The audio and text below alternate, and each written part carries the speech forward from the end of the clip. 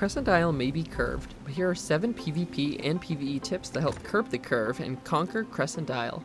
Tip number 1. Crescent Isle is a great beginner island for riddles and X mark the spots. Due to its shape, it's very easy to have a sense of where you are at all times, and the riddle solutions are also all tied to pretty easy to find markers. Tip number 2. When at Crescent Isle, be it for the vault or any other reason, parking on the west-facing side of the island by the cave entrance can obstruct a lot of your boat from pirates to the east. You can also harpoon your loot from the top of the island or lower cave from here.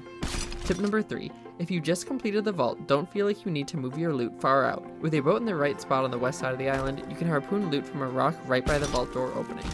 Tip number 4. Crescent Isle is a lot of things, but it is not a resource hotspot. With only a mere 24 barrels, I'd go to the seaport just to the south to gather supplies instead. Tip number 5.